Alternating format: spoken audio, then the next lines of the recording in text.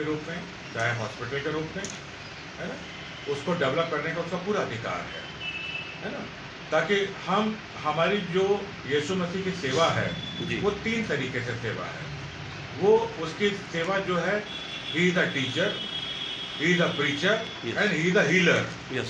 ये तीनों मिनिस्ट्री उसकी हमारे पास है जी। तो हम लोग ने सिर्फ बस्ती में नहीं, डायसिस ऑफ लखनऊ के अन्य चर्चेस के कैंपस के अंदर बहुत सारे इंस्टीट्यूशन डेवलप किए हैं, चर्चेस डेवलप किए हैं और ऑर्गेनाइजेशन डेवलप किए हैं जो सेवा से संबंधित हैं। और आज ये प्रॉपर्टीज जो हमारे पुरखे जो थे, जो विदेशों से आकर जिन्होंने यहाँ पर अपनी सेवकाई इंडिया में आकर दी और अपनी मेहनत से इन चीज़ों को बनाया, चाहे वो चर्च हो, चाहे इंस्टीट्यूशन हो, चाहे अस्पताल हो, और हमारा ये फर्ज बनता है कि हम उसकी निगरानी करें, उसकी देखभाल करें। आज 2015 से मैं बिशप हूँ और मेरे रहते हुए आज की डेट में बस्ती डायसिस ऑफ लखनऊ के अंतर्गत आती है, डायसिस का एक ये हिस्सा है। और जो स्टेटमेंट हमें कल परसों यहाँ के लोगों से सुनने को मिला टेलीफोनिक कि एडीएम या एसडीएम ने इसको नदूल की ज़मीन घोषित किया है, ये बिल्कुल गलत स्टेटमेंट है। हम इसका ओपनली खंडन करते हैं और पूरी कलीसिया इसका खंडन करती है। और ये ज़मीन नदूल की नहीं है, डायसिस ऑफ लखनऊ की है, चर्च की है, चर्च ऑफ नॉर्थ इंडिया की है, और इस पे आज भी हमारा कब्जा है और हमेशा इस पे हमारा कब्जा रहेगा। सर एक सवाल मेरा, 30 साल पहले जो दुकानें बनी थी जी, तो उसको क्यों प्रशासन ने सील किया है? अब ये तो जबरदस्ती उसको आज यही तो कह रहा है कि नदूल की लैंड है?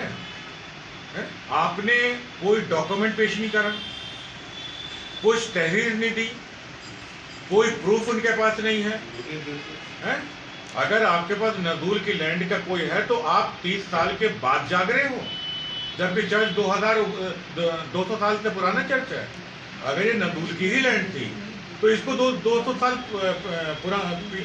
पहले ले लिया होता।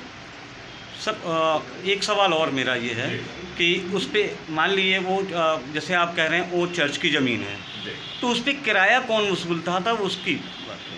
देखिए, जो भी यहाँ कंस्ट्रक्शन होता है, हाँ जी, वो LGTA हमारे यहाँ एक महकमा है जी, है ना, हाँ, जिसको पूरा है लखनऊ डायसिसन ट्रस्ट एसोसिएशन। सर ये किसके अधीन काम करती है? लखनऊ के अंतर्गत ये एक पार्ट है उसका जो प्रॉपर्टी मैटर्स को देखता है। जी जी जी, बाकायदा इसकी ऑफिशियल मीटिंग होती है, बाकायदा उस पर प्रपोजल आता है, एजेंडा आता है, प्रॉपर तरीके से उसको पास किया जाता है, तब किसी को कंस्ट्रक्ट करने का अधिकार दिया जाता है।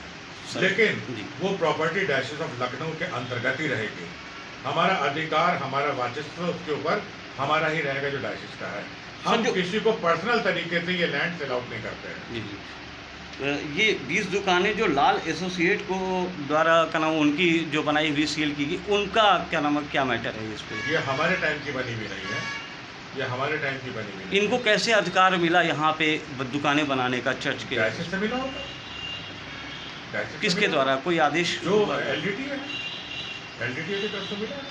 जी जी जी, कोई अपने आप तो नहीं बना लेगा। कोई तीसरा आदमी आके हमारी प्रॉपर्टी में काबिज होकर अपना घर बनाने लगे, दुकान बनाने लगे, बिल्डिंग बनाने लगे, तो that is not at all possible. जब तक उसको LGTA की तरफ से परमिशन नहीं होगी तो कोई भी एक ईंट हमारे यहाँ नहीं रख सकता है। तो ये जो भी चीज़ें होती है सब ऑफिशियल होती है। सर 19 दुकानों का किराया वो कहाँ जमा होता है, किसके अधीन आता है, वो कौन लेता है? सर देखिए, अगर डायसिस ऑफ लखनऊ के तरफ से बनी गई है तो उसका जो भी किराया आता है वो डायसिस के LGTA के डिपार्टमेंट में आता है, जो उनका अपना अकाउंट होता है। यहाँ पे कौन उस किराए को कौन जिम्मेदार पर्सन है? हमारा डायसिस से ही एक आदमी आता है जो यहाँ के किराए को वसूलता है। जी।